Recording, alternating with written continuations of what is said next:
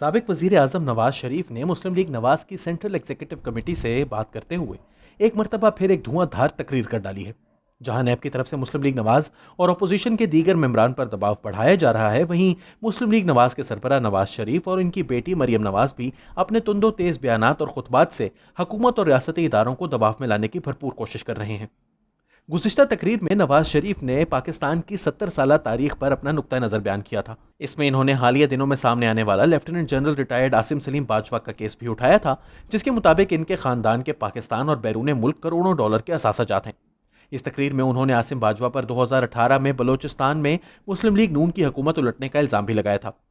اب اس نئی تقریر میں انہوں نے آئی ایس آئی کے سابق سربراہ ظہیر الاسلام پر الزام لگایا ہے کہ 2014 میں انہوں نے پیغام بھجوایا تھا کہ استعفیٰ دے دیں ورنہ مارشل لاء لگا دیا جائے گا۔ اس تقریر میں نواز شریف نے جو نکات اٹھائے ہیں ان میں 5 انتہائی اہمیت کے حامل ہیں۔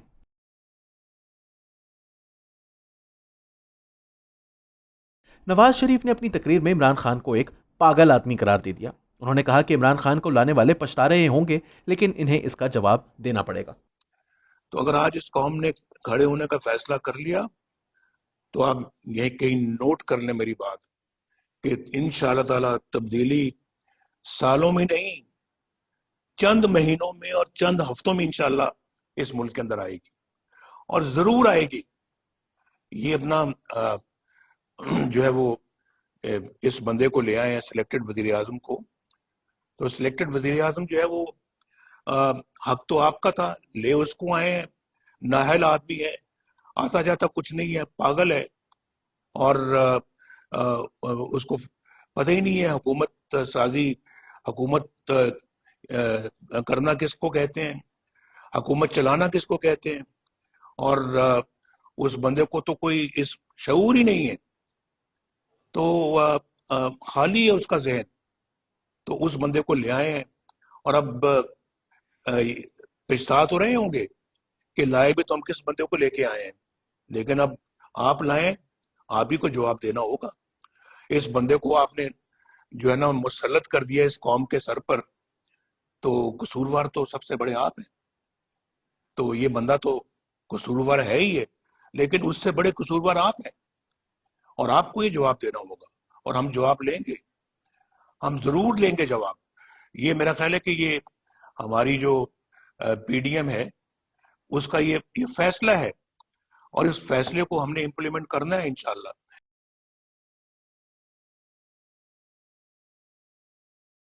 نواز شریف نے چند روز قبل بھی صحافیوں سے لندن میں بات کرتے ہوئے یہ تقابل کیا تھا۔ اب ایک بار پھر انہوں نے شہباز شریف اور عاصم سلیم باجوہ کے کیسز میں تقابل کرتے ہوئے کہا کہ شہباز شریف اور میرے خاندان کا کاروبار 1970 کی دہائی میں بھی اربوں روپے کی مالیت کا تھا۔ دوسری طرف عاصم سلیم باجوہ ایک نوکری پیشہ شخص ہوتے ہوئے اربوں روپے کے اثاثہ جات رکھتے ہیں، لیکن ان کا احتساب نہیں کیا جاتا۔ شہباز صاحب جو کہ ایک انڈسٹریل بیک گراؤنڈ سے ہیں، اور ماشاءاللہ اس زمانے میں اللہ کے فضل و کرم سے ہمارا جو کاروبار تھا 1972 میں اربوں روپے کا کاروبار تھا، اربوں کا۔ آپ ریکارڈ کی بات ہے، میں غلط نہیں کہہ رہا، ہزاروں لوگ تھے جو کام کرتے تھے ہمارے فیکٹری میں۔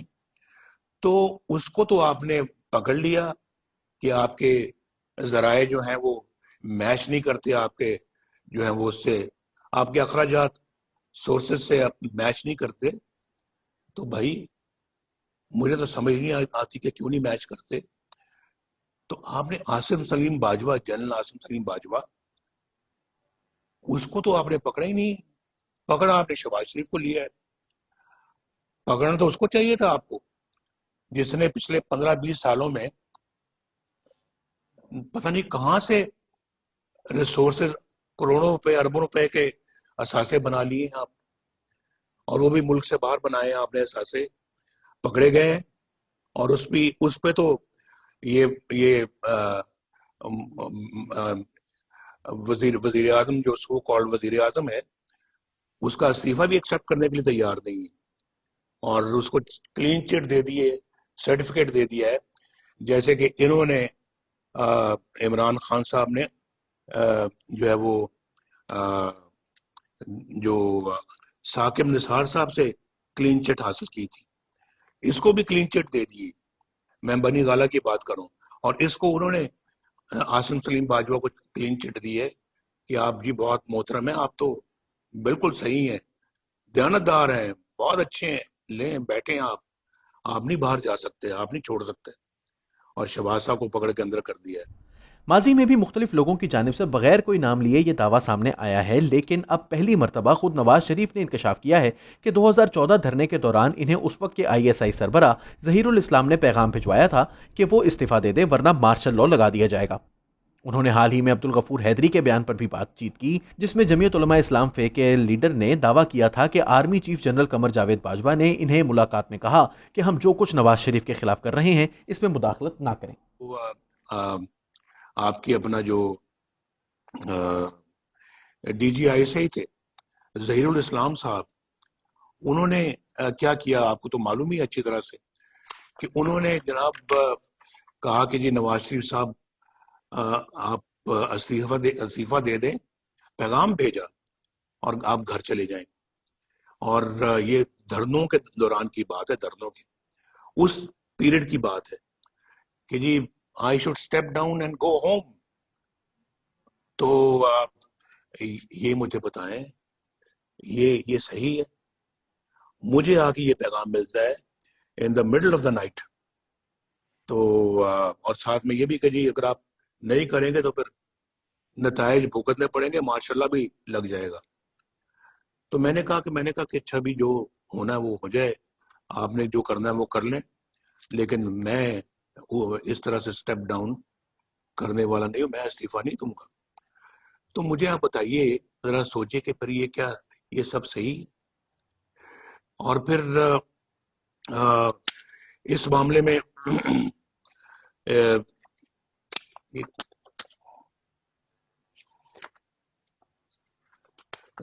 معاف کیجیے گا، دوسرا یہ دیکھیں کہ یہاں پہ بیان دیا جاتا ہے کہ جرنیل فوج کا سیاست میں کوئی کردار نہیں ہے، اور فوج جو ہے وہ سیاست میں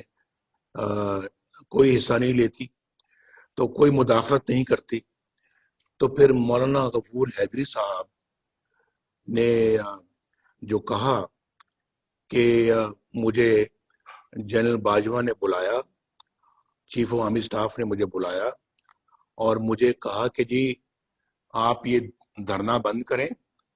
ہم جو نواز شریف کے خلاف کر رہے ہیں آپ اس کے مداخلت نہ کریں۔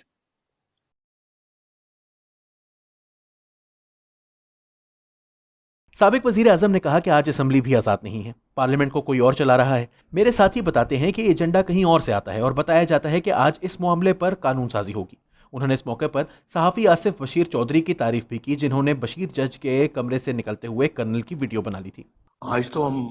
انگریزوں کی غلامی سے نکل کر آپ اپنوں کی غلامی میں آ گئے ہیں، ہم کوئی فری سٹیزن تو نہیں ہیں آج۔ آپ پوچھیں اپنے آپ سے، آپ ہیں؟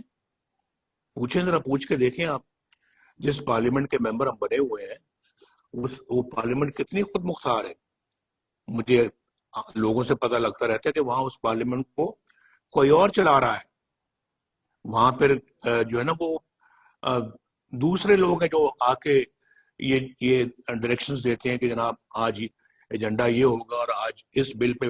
یہ ووٹنگ ہوگی اور فلاں کل یہ ہوگا، کمیٹی فلاں بل کو منظور کرے، فلاں بل کو دیکھے۔ تو یہ میں سب جو ہے نا، یہ میں سمجھتا ہوں کہ یہ بہت جو ہے نا وہ ہے سوچنے والی باتیں، یہ کہ ہم نے تو یہ ہماری تو اسمبلی بھی اب معاف کیجیے گا کمپرومائزڈ، تو اس میں انفارچونیٹلی جو ہے وہ ہماری عدالتوں کا آپ نے دیکھ لیا حال۔ جو محمد بشیر صاحب کی جو کورٹ تھی، وہ کرنل صاحب وہاں سے نکل رہے ہیں، اور وہ اس شاباش اس جرنلسٹ کی جس نے اپنا ان سے پوچھ لیا کہ جناب آپ یہاں کیا کرنے آئے تھے اور آپ یہاں پر کس کو ملے ہیں، اور ہمیں بھی اجازت دے دیں کہ ہم بھی جج صاحب کو مل سکیں۔ اور وہ کتاب سے منہ چھپا رہا ہے اپنا، کیا ضرورت تھی چھپانے کی؟ اگر دل میں چور نہیں تھا، دل میں چور تھا تو منہ چھپایا نا، بات کرنے کی، جواب دینے کی ہمت نہیں تھی۔